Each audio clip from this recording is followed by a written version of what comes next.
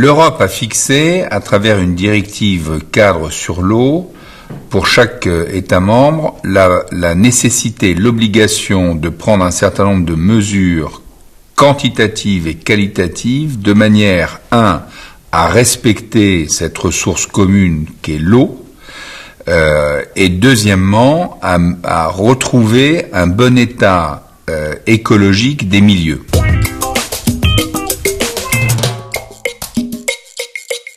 Nous avons créé depuis 2 ans une boîte à outils qui est soit volontariste par le monde agricole, et c'est aidé par des conseils, par des appuis.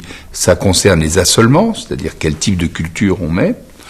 Et puis il y a 2 autres mesures, elles aussi aidées par les financements européens et les financements publics français, qui sont les mesures agro-environnementales de désirrigation, pour inciter les agriculteurs à désirriguer leurs parcelles. Et le troisième item de la boîte à outils, c'est les retenues de substitution, c'est-à-dire le stockage de l'eau quand il y en a en excès, l'hiver la plupart du temps, pour la réutilisation en substitution des pompages dans les nappes ou dans les rivières. Les surfaces irriguées ont représenté une diminution de 36%, ce qui fait en volume 20% de moins de prélèvements, ce qui est très très important, et ça principalement de l'initiative du monde agricole. Ça représente à peu près, sur une période de 5 ans, 22 millions de mètres cubes prélevés en moins.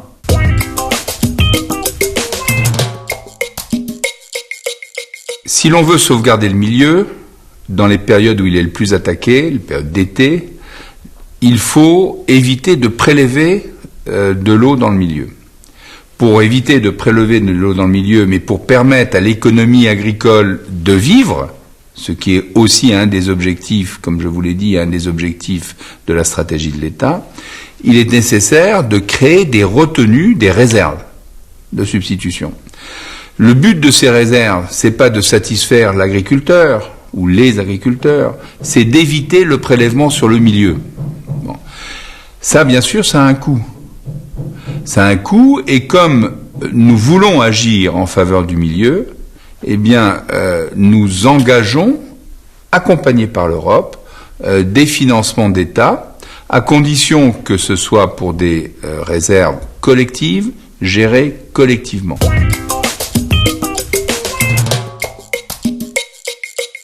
Oui, l'investissement global serait trop important, mais pour autant, il est demandé quand même aux agriculteurs de s'engager et donc d'investir jusqu'à 30% du coût total de l'opération.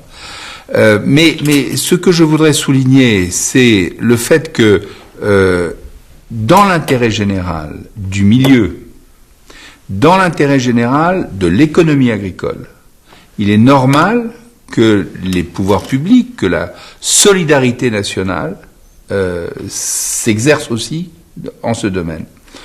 C'est pour ça que la stratégie de l'État est bien double.